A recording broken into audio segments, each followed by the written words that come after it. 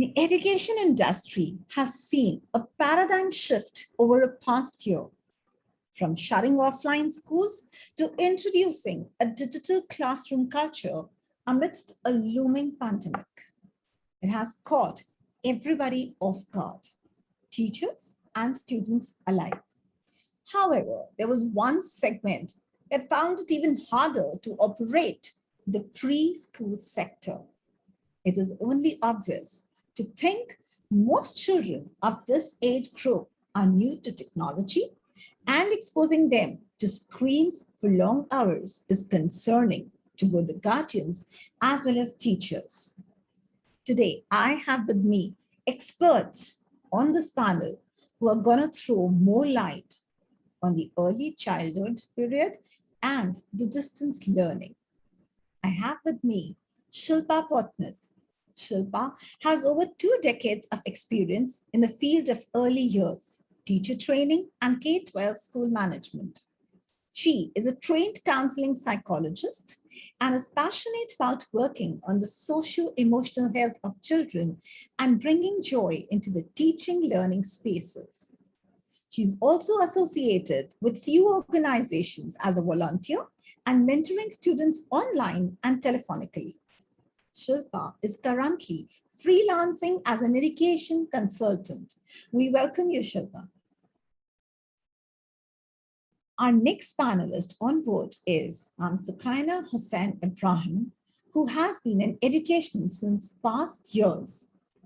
She has taken various courses on the following: behavior management, children and trauma, child psychology, brain and languages, resource and remedial teaching, verbal behavior, student assistance program.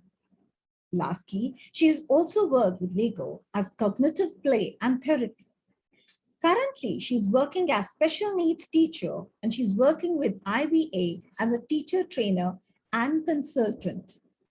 We welcome you from Pakistan, and I'm glad to have you.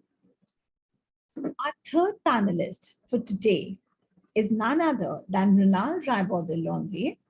She is a passionate educator with an experience of 20 years. She supports activity-based learning and learning through play. She loves to learn new things and is always on the lookout to equip herself better.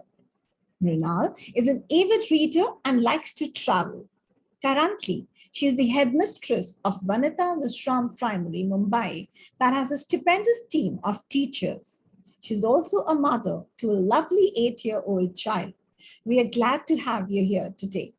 Thank you so much. Before I begin the discussion with the panelists, I cannot forget to introduce the one who's behind this webinar and behind this whole scenario where we get the platform to discuss such important topics. So I definitely pass on the baton to Dr. Vasavi, who is an early childhood educationist, mentor, edupreneur, founder chairperson ECDF, MD in Ari Foundation Private Limited, and Tender Petals Preschool, author and a multi-awardee. Dr. Vasavi, over to you.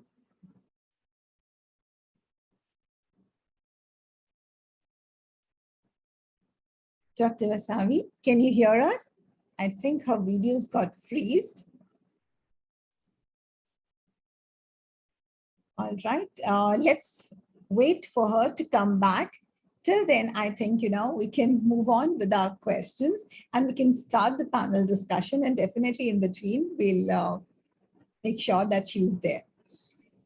Well, my first question to Ma'am Sukaina Hussain Ebrahim: how does early childhood education help a child in the early years? All right. Good evening, everyone. If we talk about early childhood education, it's more about the early years. So it helps children in socializing with each other. And of course, when they socialize, they learn new skills, they learn from each other. So somehow their academic performance is also improved. And it has been said that the lifelong learner is a leader. So I strongly believe that the love for the lifelong learning is inculcated into early childhood age. So it's the high time we should not ignore that children should be either if they are it's like into homeschooling or sent to school, they should start at early years because the foundation for the STEM learning can be based on that years, the early years. Then of course when they mingle, when they work in group or individually, so it builds their self-esteem. It works with their confidence as well. Then while sorting out the different material or working with different resources and with their teacher, without their teacher, it helps them in their attention span. I'm sure you all will agree with me here. So being socialized, I mean, I know most of the children are missing out on the social values, or let's say the socialization part, being on pandemic. So I must say there, but what the positive point is that we have the family bonding now. The family bonding is becoming stronger nowadays. So and of course when the child is sent to school or started with the early years education, they it makes them active and healthy. All right. And of course when we are the teachers, when we talk about the early years, it always connects me with the creativity. So it helps them become more creative because we know that it's all about materials, colors. And I would like to add on that with each and every group of child which I have, I try to inculcate Legos and colors because I think other than nature, art and sand, Lego and art is also said to be therapeutic. So it really works wonder. So yes, early childhood education is really important in setting the pace of your child. Thank you. Absolutely. That's a lovely concept. Doing the Lego. Here's what I found on the web. All right, Mrunal, my next question to you is, how do you involve parents in teaching, and how important is the involvement of parents? Well, thank you so much for having me here. And I'm going to do this in two parts. So I have just sharing the screen for this. Please let me know if you can see it. Okay.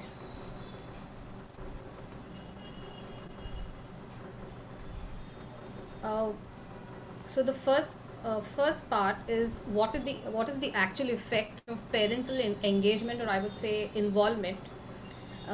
So I went through a lot of research papers, and my own personal experience in schooling has been that there is greater engagement of students in schoolwork.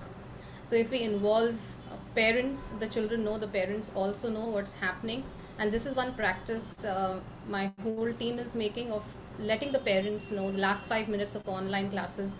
In fact, it has become a boon, though this pandemic is definitely not a great thing to happen, but the only thing positive has happened that at the end of every class, the last 5 minutes are reserved for the teachers to interact with the parents and tell them what's happening, what they have taught. We also have seen improved behavior in kids. There is also greater personal competence efficacy, but obviously when the parent is involved, the child feels confident that yes, my father is there with me, my mother is there. They are involved completely and immersed. There is more concentration. I mean, I have just put in 5. There is a lot more to talk about this.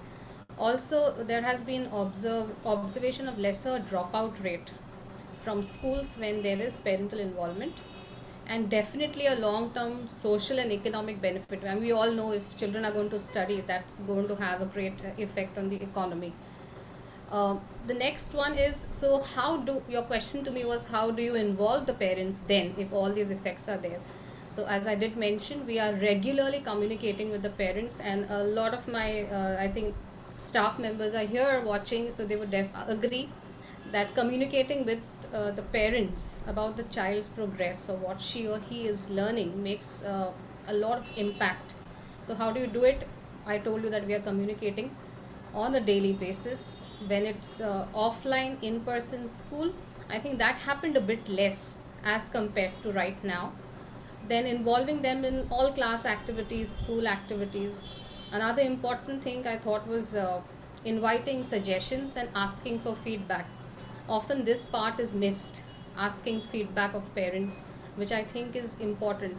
However, I mean, from whichever background they come, whether they are educated, whether they are literate, they definitely have something to tell us.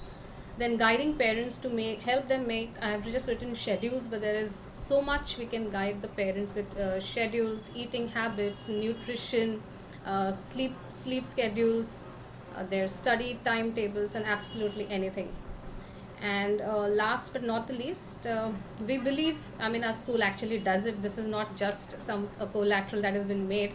We believe in conducting parenting workshops, mental well-being, internet safety sessions, a lot for parents. Yes, thank you so much.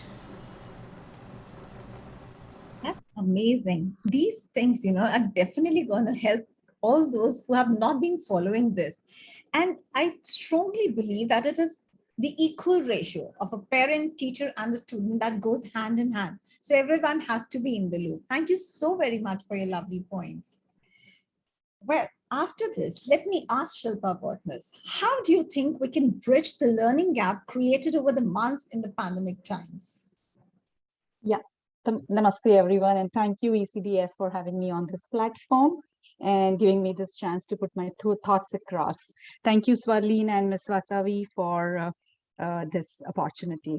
Regarding my thoughts on the gaps, before we look at the gaps, I feel we need to understand and appreciate the core issue here of what are the gaps and how are we going to bridge them. I promise to stick to timelines, of course, Swarleen. Over the last 16 months now, more than 16 months, the students have not really gone to school in the real sense. Though I must say the schools and the teachers and the management have really gone all out to give the experience of virtual schools, homeschooling, online schooling, all that is happening. And of course, when last year when the pandemic happened, the teachers, none of us were prepared, and the teachers have done a commendable job of going online and supporting their students. Despite all the best efforts, there are millions of students we all know that who have not been so fortunate, and they've had either none or very limited access to any sort of tutoring, mentoring, or learning, unfortunately. They have even forgotten what they had learned earlier. So much so due to, as there is lack of stimuli in the environment where they are currently. Hence, it is obvious that as and when the physical schools do reopen, the teachers have a huge task, all the educators have a huge task on their hands. One is to assess the learning gaps, and secondly, work on finding out a way of reducing these gaps. The gaps are going to be more evident in the younger age group, which is the primary, the middle, and the preschool. That's what I feel. As the older children still have access to a lot of other ways of self-monitoring and making it, the self-learning aspect is happening at. The gaps that I see can be in two kinds. One is the knowledge gap, or what we say, the academic gap. And the other could be the socio-emotional gap also. So when we talk of a knowledge gap, obviously the teachers are doing their best to give the content lowdown to the students through online schools. But besides that, we have things like skill gap, which could be motor skills, which could be language skills. There's going to be motivational gap because mentoring of teachers is not happening. Though parents are there, but then I'm also talking of a group of students or children who do not have that access. Then we also going to have change gaps where the child has moved or there has been unfortunate death in the family, the head of the family. So that gap is going to be there. There's definitely going to be environmental gap, moved from, say, a metro to the villages students have gone, where they're missing out on their children, on their friends, neighbors, teachers, all of them. Then there's going to be a communication gap because 16, 17 months is a huge gap where the students have not connected with their teachers. Online, yes, the fortunate ones have had some experience, but the ones who've had no access are the ones who are going to miss out on all that. So these gaps are going to be very, very evident. Having said all this, we have to work towards ensuring that these gaps are covered. Now, one of the ways I feel there are 4-5 things that I'm talking of. One is for ensuring that the social-emotional aspect is taken out. We could, when the schools reopen physically, we could talk of getting volunteer support in the school to take care of these socio-emotional aspects through sports, drama, dance, any of all the creative aspects. And the best people to volunteer at this point are the parents, because they are there for us, and they have been with us through this journey of pandemic. So that is, of course, because hiring new people is going to be a financial burden on the schools, which at this point the schools cannot afford, I'm sure. Then coming to academic gaps, again, we will have to work on additional learning hours through extended schools, through weekend schools, through summer schools, whatever you may. Merely deleting the content is not going to be the solution. It's very easy to say, okay, especially higher grades, we don't do these 5 chapters. That is not the solution, especially preschool. I cannot say, oh, I'm not going to do this concept with children. There are certain concepts that we need to do with preschoolers. So we'll have to look at that academic gap. Of course, acceleration is the key, not remediation. We are not talking of remediation. We have to look at accelerated tutoring of students and children. We have to come up also with strategies for evaluation and assessment. We all know all the boards, the CBSE, ICSE, all they had struggled, the state boards, on the evaluation aspect for board students, and we do not want to look at that. So we have to start looking at the future now and work on that. Individualized attention is going to be crucial for teachers to give one-on-one attention to students. We know the school's class strength is huge. To have that kind of attention at times is not possible, but in order to bridge these gaps, this kind of mentoring, monitoring, individual attention will be essential. Guiding teachers, educators will have to step up and guide the teachers in planning the curriculum, or rather say replanning the curriculum in such a way that there are more of collaborative activities in the classroom, so that the social learning, social emotional learning also happens, the entire umbrella of social emotional. A very basic example could be like a buddy system in the classroom, where the weaker students are taken over by the other better students who know the content. And this way, very practical aspects is what we can look at in order to bridge this gap. We hope against hope that the gaps do not exist, but we know very well as educators it is going to show, and the effect of that gap is going to come on to the teachers.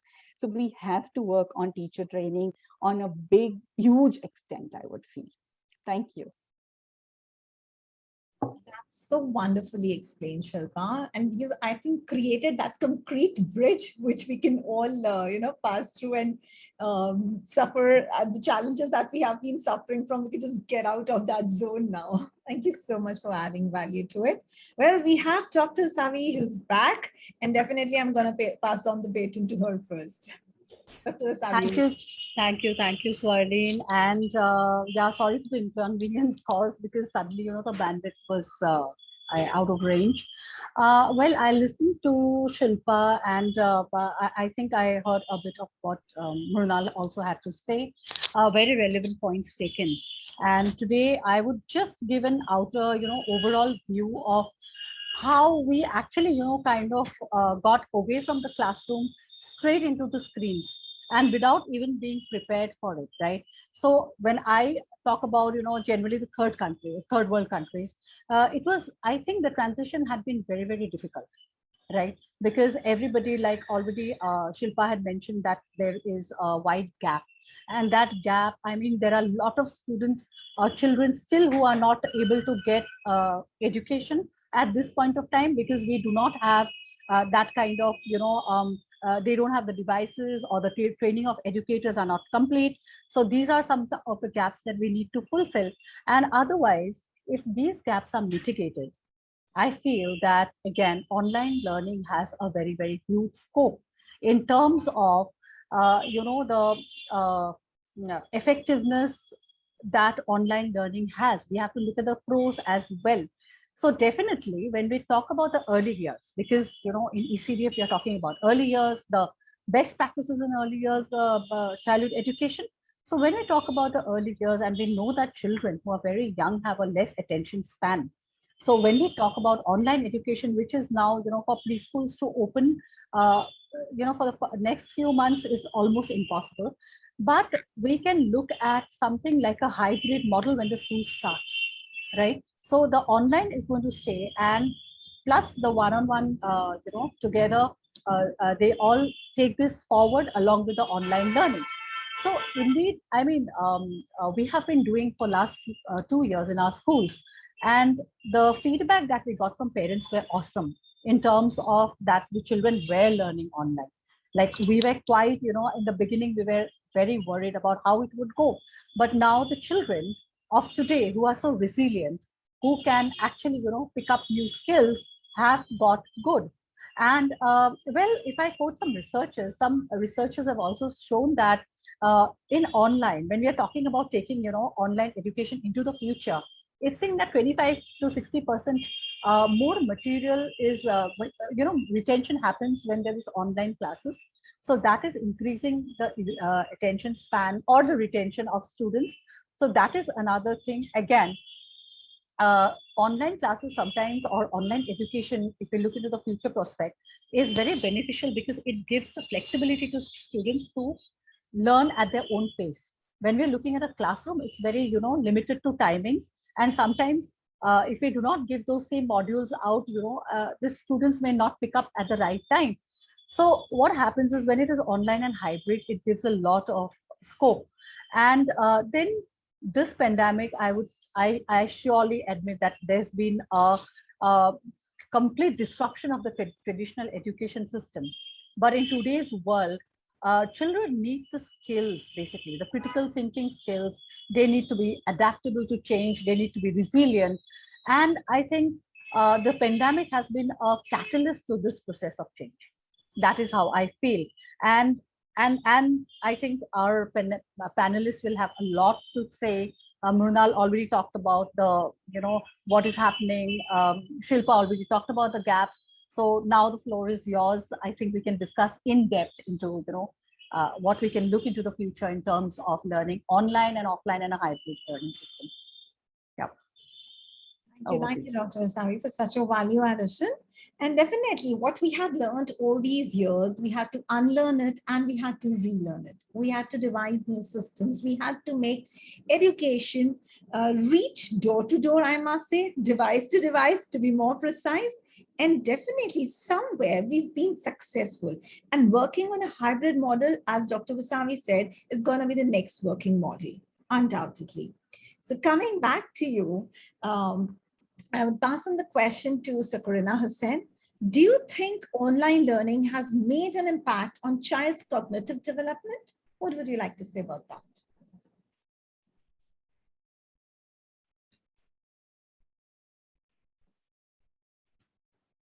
All right. So, okay. While I was, since I work on one-on-one attention with my students, so what I found out, I don't know whether you're going to agree with me or not, but first I'm going to talk about cognitive development. It's about how children think, explore, and figure out things, right?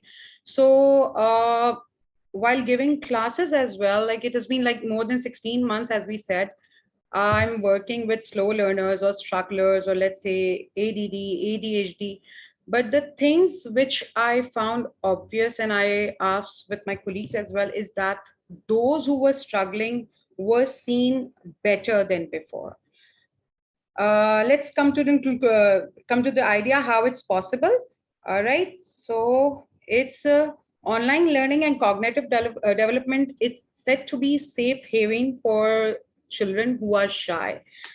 In class, of course, they are exposed to so many things. There are heavy strength of students. I'm talking about physical classes. Now, while they are sitting at home in front of their gadget or surrounded by their parents, or let's say they are monitored by their parents. So the children who were shy, they were seen taking part a lot now. Those who were the backbenchers or those who were the bullied, right?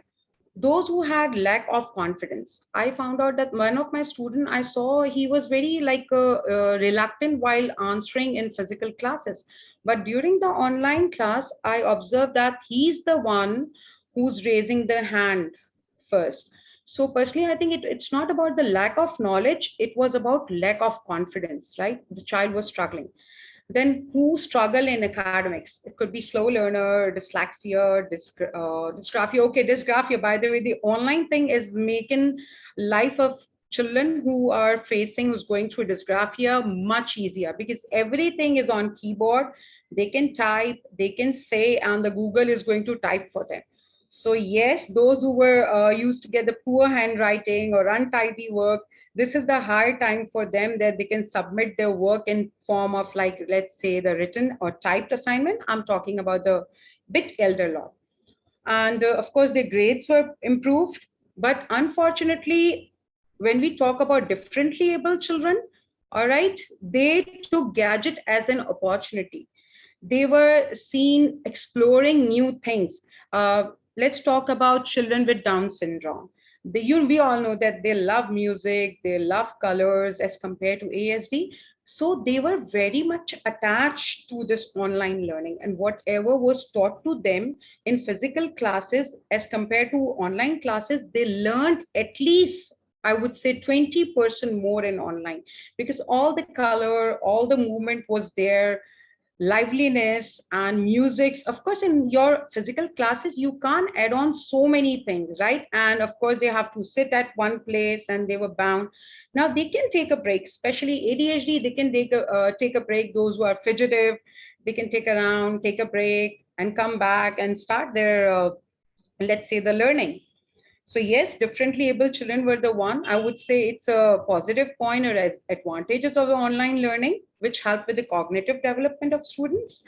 Then the brighter side, I would say, of online learning is that improved performance of children with learning problems.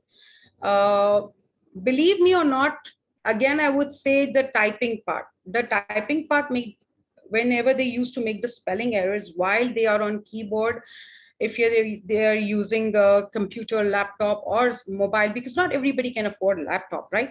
So the spelling error, the red line alarms them. Now you have to stop and recheck.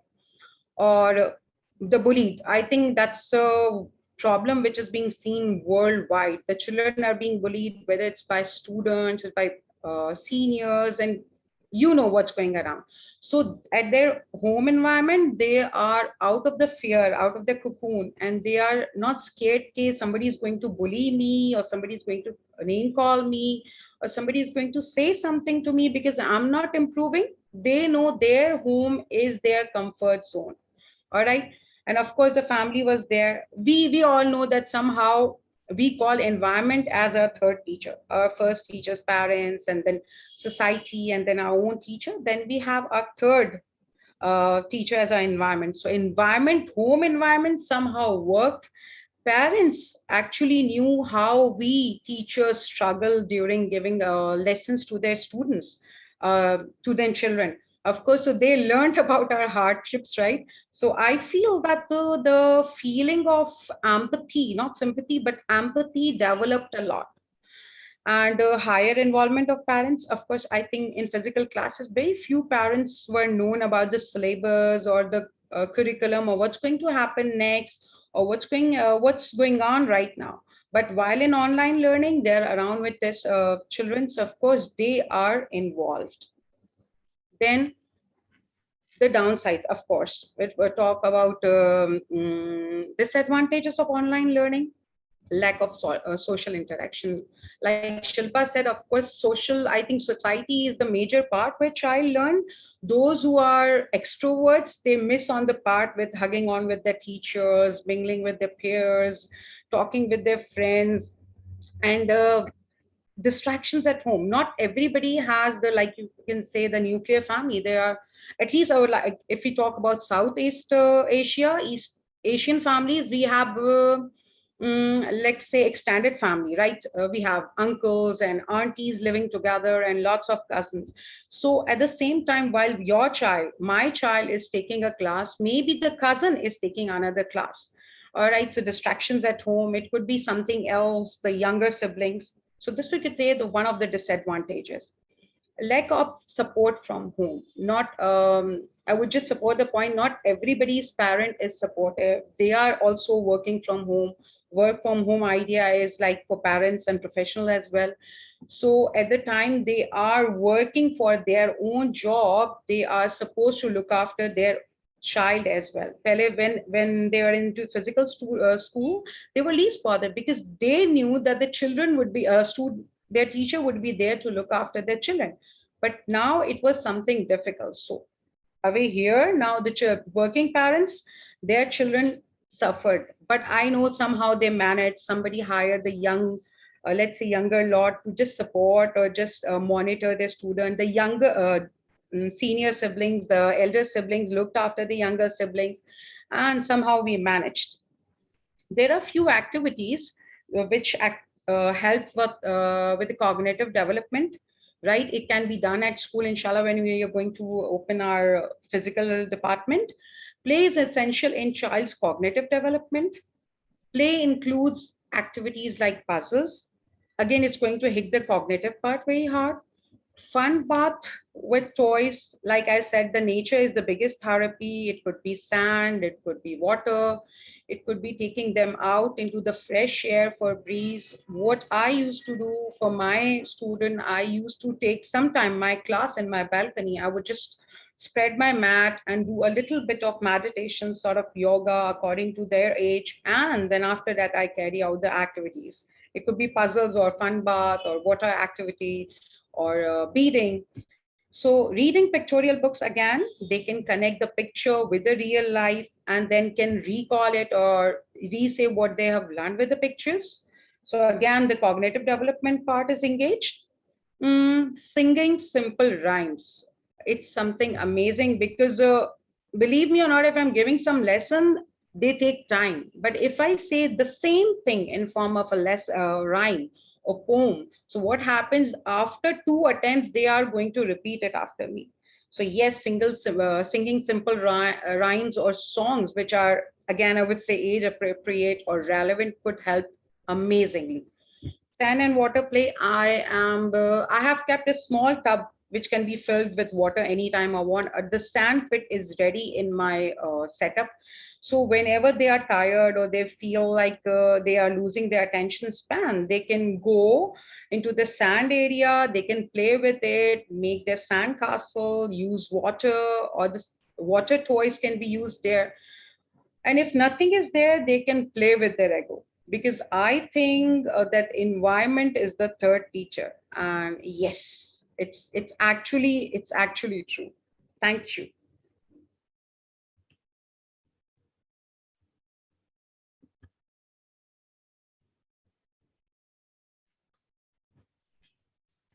Thank you so much, Ms. Sukaina. It was really an informative thing.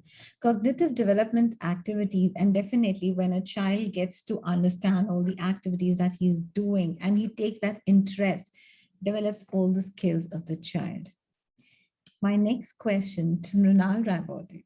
What practices support the social emotional well-being of the child? Thank you, Swarleen, and thank you again once more for having me here. Just give me a minute while I share my slide. Do you see it? Yeah. Okay, so I'm just going to talk a bit about some of the practices that support the social emotional well-being of the child, more the emotional. And as we all know that we need Maslow's before Bloom. So if you're going to have all our psychological safety, love, belonging, esteem, all taken care of, self-actualization, so is going to happen where children can definitely meet their full potential only if the lower four are being satisfied. So before we talk about Bloom's taxonomy, it is very important to Maslow to have the hierarchy of needs fulfilled, especially during the COVID-19 times. So some simple things that we do in Vanida Vishram School have been doing for some years now and are also practicing right now. So one important thing that we need is a non-threatening environment. So if we see these are my teachers with some fun activities that are happening. Here, in fact, the teachers were teaching the smaller children good habits of, brushing your teeth and stuff like that. We have a small garden patch like Miss Sukaina did mention, taking children outside. So we firmly believe in children playing outside. So we have a beautiful garden patch that we share with another organization, and during normal days this is like heaven for us, because our morning 2 hours of most classes is spent outside. So we learn right under the sky. The sky is our roof, and it's absolutely beautiful. So to come back to it, a non-threatening environment where a child, can bloom and blossom. The child is not instilled with the fear of teachers. Like for years together, the normal behavior of a teacher in a class is that the child should be obedient, and discipline means sitting straight, not bending, and all those kinds of things.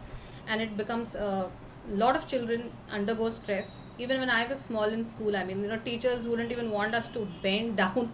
It was very difficult.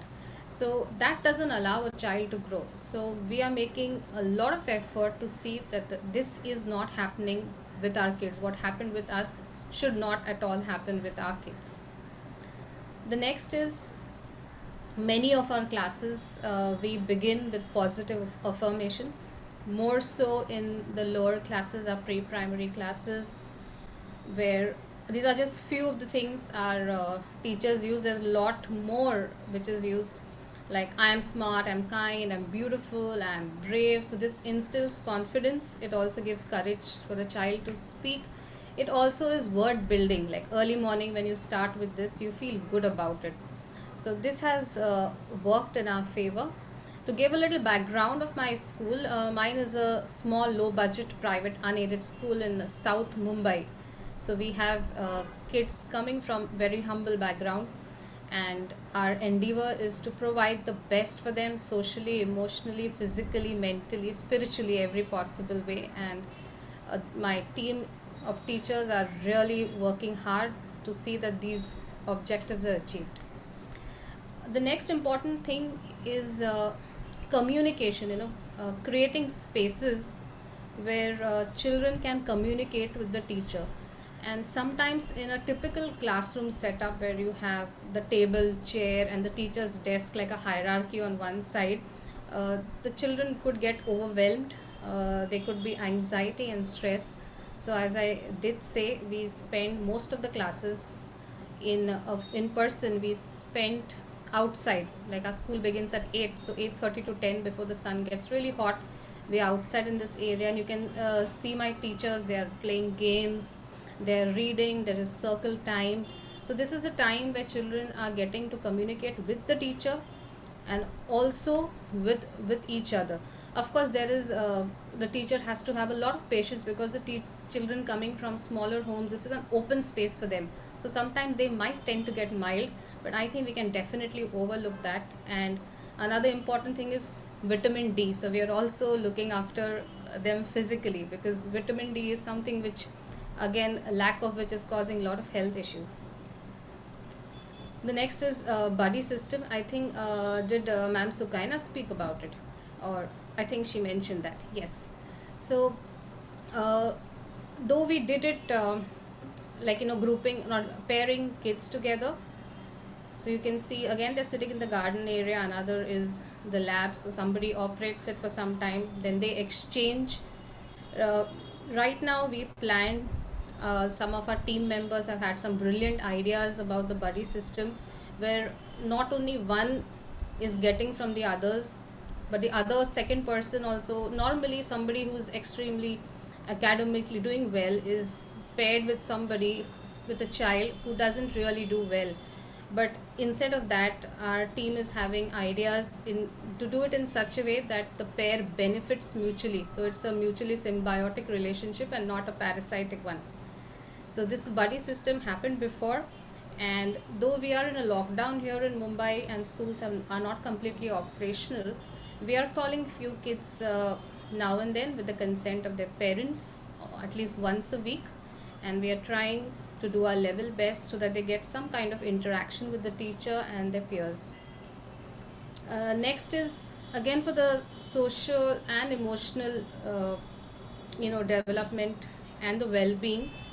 My entire earlier whatever I spoke was about the involvement of parents. So parental involvement in all the activities of the child, whether it is his academics, it is her or his mental well-being, it's very important. So we have parents in our sports activities, on a Zoom call, in garden area, when we have on the field trips, vegetables, the vendors.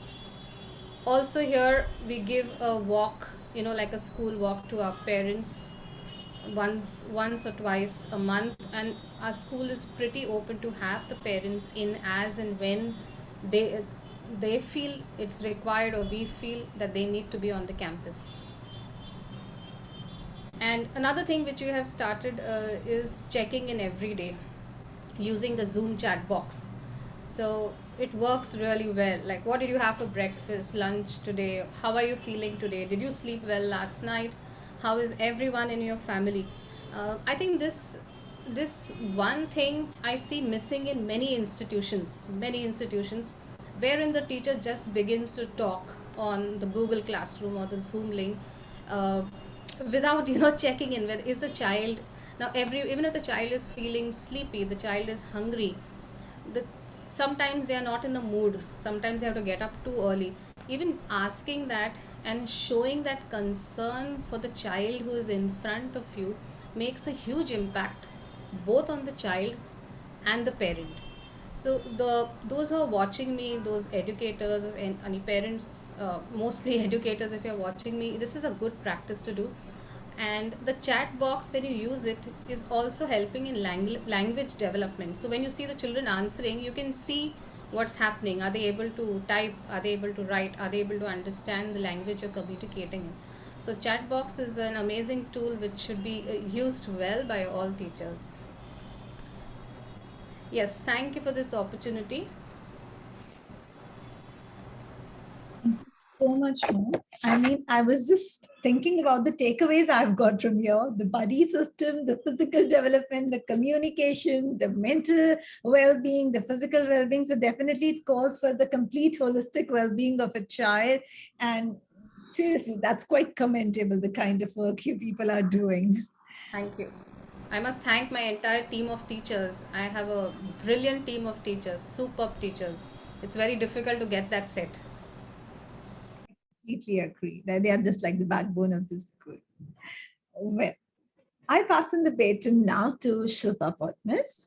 What are the new visions for education regarding fostering social and emotional learning through technology? Thank you, Swarleen. I'm just going to share my presentation. A short, I promise to stick to timelines. And okay, let us look at, is the screen visible? Yeah, all right. The topic that we have today is pertaining to, we all have seen the impact of technology in the past 16, 18 months now, in the ongoing pandemic. Definitely the virtual platform has given all of us that opportunity to connect globally. However, we do miss the physical connect. I definitely miss the physical connect. So anyway, we understanding the technology and how to take it forward, each one of us have learned, picked it up, brushed up our technology skills, everything, and there is no going back now. We know for sure there is no going back, because we all agree and accept the benefits of that. And now that there is no going back, let us understand how SEL, or the socio-emotional learning, can work with technology, because that is the future, is what we are talking about. Sukaina and Mrunal have really very well explained. Sukaina took up the cognitive aspect and how it has worked beautifully with special needs children, the technology aspect. Mrunal gave us amazing examples on SEL in action in her school. Now I'm going to look at combining these two in SEL and how we take it further. So we all agree and understand SEL is the bigger umbrella. I'm not getting into the details of what is SEL, just a brief. We could call it happiness curriculum, we call it life skill curriculum, we may call it mindfulness, whatever you call it. They all fall under the larger umbrella of SEL. We all agree and accept to that. Now, what is SEL? Very briefly, I'm not going to take too much time on that. SEL is definitely a process. I think we all educators agree to that concept that it is a process. It is not like एक बार मैंने grade 1 में problem solving सिखा दिया तो it's done. The child has learned problem solving. No, the problem solving concept continues over years, even in adulthood. So having said that, it's a process. Process of what? Process of acquiring, applying knowledge, acquiring, applying skills, acquiring and applying attitudes, managing emotions, establishing relationships, and maintaining relationships, making responsible, caring decisions. These are just some of them that I have put across, but that is what SEL is, what we are talking about.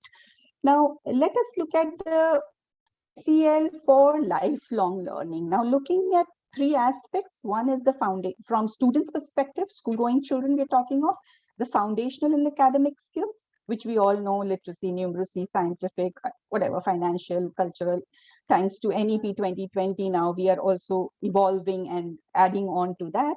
We're talking of competencies, which are obviously the 21st century skills, which are the 4 C's. And then we are talking of character qualities like curiosity, initiativeness, persistence, adaptation. So all these are lifelong skills, and it's a process. So the children are going to keep learning, and it's going to keep evolving all the time. Now, benefits of SEL for students, we've already heard Sukaina, we've heard Mrunal talk about this, and actually how it's getting implemented and how it's getting, how it's benefiting the students. So we know academic performance definitely has helps in academic performances, socio-emotional skills, attitudes, relationships, all of that. Decline, biggest is decline in anxiety, behavior problems, substance use or abuse, whatever you. So these are some of the benefits of SEL if and when imparted in the right way. Looking at now, the onus is, since we're talking of schools, we're talking of schools go into the spotlight of how and what are they doing with this SEL. Fortunately, unfortunately, most schools even today have standalone program for SEL it could be during one period in a week or as an after school program. Then there are schools who take up single topics that are under the SEL umbrella. For example, they may have workshop on bullying and how to handle bullying for students. They may have a one-time workshop on conflict resolution. So it's not that the schools are not doing anything. The schools are putting in effort to ensure that SEL is happening at school level. However, research has also shown that SEL works best when it starts at the early years.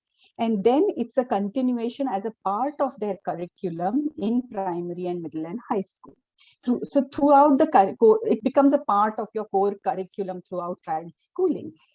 Luckily for us, National Education Policy 2020 is like a breath of fresh air, where we are talking of whole child development, where importance is given to foundational years. We are talking of curriculum. We are talking of SEL also. So we as educators would like to work on that.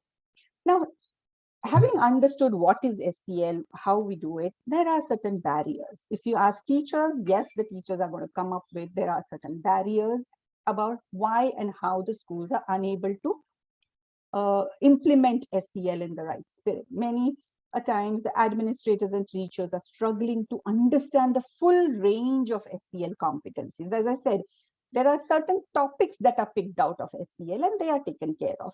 How to promote SEL, even to parents, how to make them understand the importance of this. Again, extremely difficult to measure. Assessment of SEL, we are still struggling with that, all of us. Lack of, now schools also find students and lack of resources for teachers as well as students. Staff is a big issue. That is what I mean as trained staff. And then lack of time due to focus on academic content. Obviously, the first thing goes to academic content, and this comes later, unfortunately, but that's a fact of the solution, fact of the problem. Now, the solution that can address all these barriers is required, and we as educators have to come together and work on this so that we can promote SEL at a larger scale. Now, this is where technology comes in, and it plays a pivotal role in fostering SEL. However, I have to reiterate, it will never fully take over the place of human interactions. Teachers and parents will be required along with technology, but technology is going to be the way forward for all of us, which we all have experienced and seen it in the past 16, 18 months. Now, why technology? Efficient and cost effective, complements and extends the learning experience. Sitting in your house, you can do a global visit to go see any city around the world, capable of mixing the virtual and the real world. Very important for students, for children, especially the early years. This is extremely important. Facilitating forms of human interaction. Different interactions is what we are looking at. So this is where technology comes into the picture, and this is where through these aspects we are talking of SEL also. Now, how technology is going to help us? AI or artificial intelligence is the answer or has the answer in it. We all know technology helps in individualized learning experience. If a child is sitting at home and attending to online classes or virtual schools, the child also has the capability of going back and seeing the recorded classes, having an individualized learning experience. The child has control over his own learning. At his own pace, the child is learning. Multiple recap sessions, the child can keep going and looking at it for self-monitoring, whether I have learned it. Okay, for a preschooler, A makes the sound A, the child can keep going back to the video or recording and keep practicing, along with the parent, of course. Setting and meeting realistic individual goals can also be possible, especially the older children. Quick response, they play a game, online, they get the response. The assessment happens, evaluation happens like this. So as I think Sukaina was mentioning, the red line, when they're typing, the red marking tells them, oh, there's something, they've missed out on something, and they can go back and recheck. Universal access. Technology gives universal access to children, access to learning, which is 24/7 available. Provides special needs students with less pressurized learning environment. I don't think I'm the right person. Sukaina has already elaborated on this a lot. Her work with special needs children is amazing, and the way she mentioned practically how technology has helped these students in learning and picking up their knowledge, content, everything. So this is where we are talking of technology. Now, what is the way forward? Now, we have to first capitalize on what works, what is already there. Let us look at that. Games. Preschoolers, primary years, games have a strong potential to help develop socio-emotional skills. We know that very well. Now, what are these games? I'm not a tech person, but we know role-playing games, strategy games, and sandbox games. These are some of the games that work. Now, role-play games, we all know the child can change the hairstyle of the person, can change the clothes, and there are n number of things that the child does. So a lot of SEL is happening here where the child is doing problem solving, decision making, creativity. All of this is coming across during role-play games. Then we look at the strategy games, all these war games that the children play all the time, with multiple players. That is again helping in SEL. How there's a lot of planning happening, a lot of strategic deployment is happening in strategy games. Then comes the sandbox games where you're doing the creative aspect of 3D visualization, building. This all is helping in building strategies of SEL. Now, there are a lot of technology. If you ask Madam Google, it's filled with technological advancements. I'm listing down a few here. Innovative technologies to tap into SEL.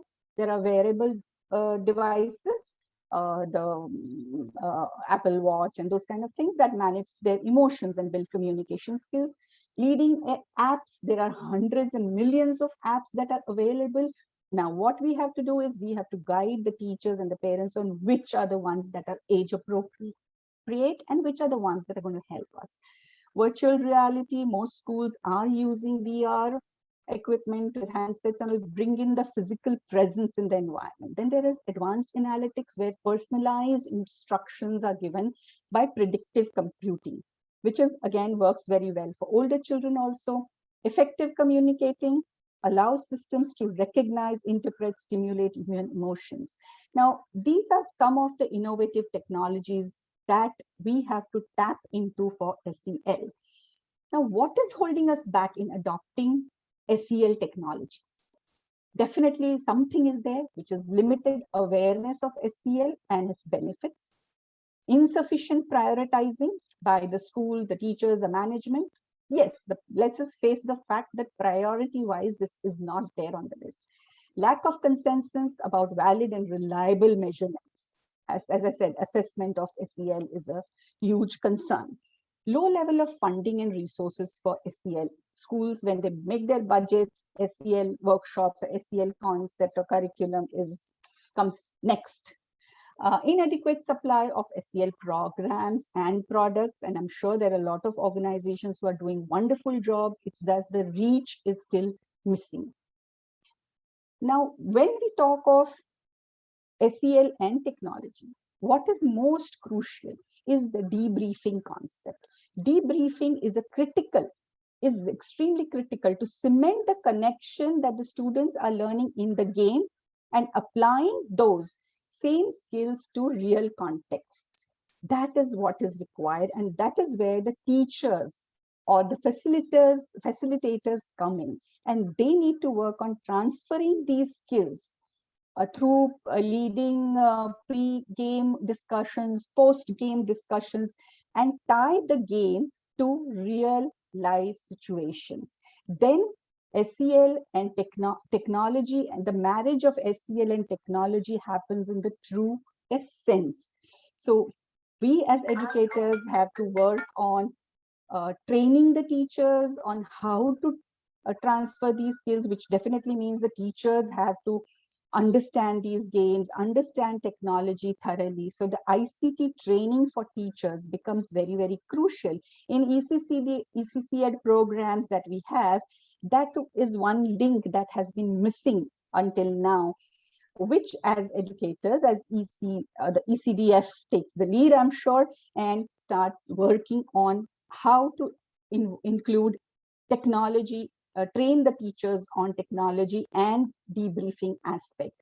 This brings us back to a crucial question. Can digital technology advances how we grow socially, emotionally, behaviorally? Definitely, yes, we can. Digital technologies can do that. The way forward is the ecosystem that supports SEL through technology. What is the ecosystem of the children? Parents, teachers, then community, then institutions, and the last is the policy and systems. So we have educators here, we have policy decision makers here who have to work towards this, and together this group can have a global movement towards integrating SEL into our digital world, into the digital curriculum of students, which is very, very required. To end it, I would only like to say what Theodore Roosevelt said: the more we know about the past, the more prepared we are for the future. The past and the present, we already know. We've gone through the pandemic. We are still going through the pandemic. We've learned our lessons. We know our lessons. We know technology is important. Let us prepare ourselves for the future with that. Thank you so much. That's all I could. Lovely elucidation, telling us about the SEL, the way you have actually digitalized the platform and made it so convenient, and the more awareness that it spreads. I mean, all the three panelists, commendable job by you. And all of you had come out with such relevant points, which adds to the education of how we can make these little young ones the bright future of the nation. Thank you so very much for your points. And thank you so very much for giving us a lovely output of the dilemmas and the queries that we have been going through. Thank you so very much. Dr. Vasavi, would you like to add something? Oh, this was so incredible, and it added so much of value in terms of, those who are watching us, those who will be watching us later. We'll put it up in the YouTube for anybody who would want to take some cues on how we can actually make digital learning very effective for children, today and in the coming years. I think there are lots of takeaways from this webinar, and I think this was this was a very good session that we had today. Thank you so much, Swarleen, for hosting this, and I thank all our panelists for sharing so much of insights into this so relevant topic of today. Thank you so much. Thank you. Thank you for giving us an opportunity to be on this platform. Thank you, Dr. Vasavi, and thank you, Swarleen. Thank you. Thank you so Thank you much. for bridging the gap between India and Pakistan here. I'm really honored. I'm really happy. Yes. It's an honor to be here. We are delighted to have you equally. It is, I mean, it is Absolutely, a absolutely. mutual family of people who are really bringing out that, harnessing those difficult and crucial points and making it easy. I just, opening the gateways of so many unended problems that people thought that they did not have solutions. I think they're going to get the most of it from today's session. Thank you so much. Thank you. Thank you so much. Bye-bye. Thank you Bye. so much.